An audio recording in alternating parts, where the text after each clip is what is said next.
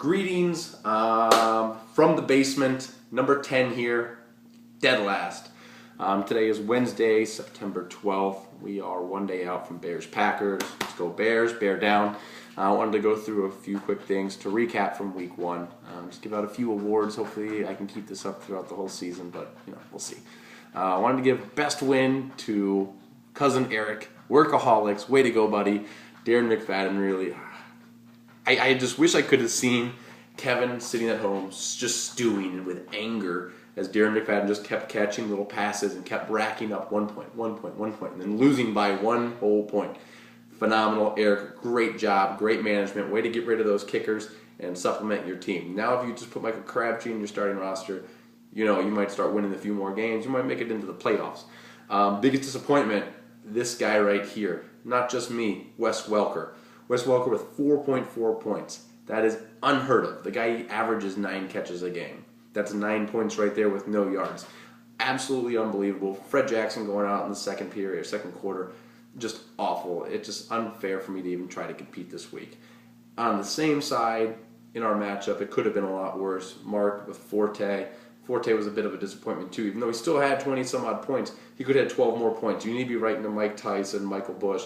Just tell him to stop snaking those touchdowns for him. Get down to the 1 yard line, let Forte punch it in. That's 12 extra points you could have had there. Biggest reach off of the waivers goes to Drew Kempe taking Ogletree. Ogletree has been in the league for, I believe, 3 years and has 0 touchdowns. Just because he had 2 last week doesn't mean he's going to do it ever again. Actually, I think maybe we look back on this by the end of the year. Maybe he has a great year. Who knows? What do I know? Not much. But I don't think he's going to do it again.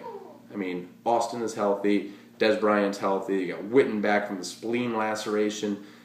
Ogletree is going to be a guy they just throw it to every now and then. So congratulations, you have 4 points in your roster from now on with him. And you have 2 Dallas receivers. So I guess you're spreading out the odds that when Romo throws a touchdown that I guess your guy will get it. Good for you. Let's see. Where were we going next? Best team. This one's a bit of a toss-up. I'm going to give it to Uncle David just because he blew out Carl this weekend. Carl, it's nothing against your team. Dave had such a good week.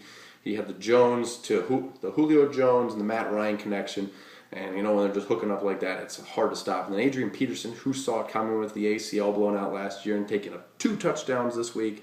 It's just, can you keep it up? Can Peterson keep it up? Is he going to be the same player?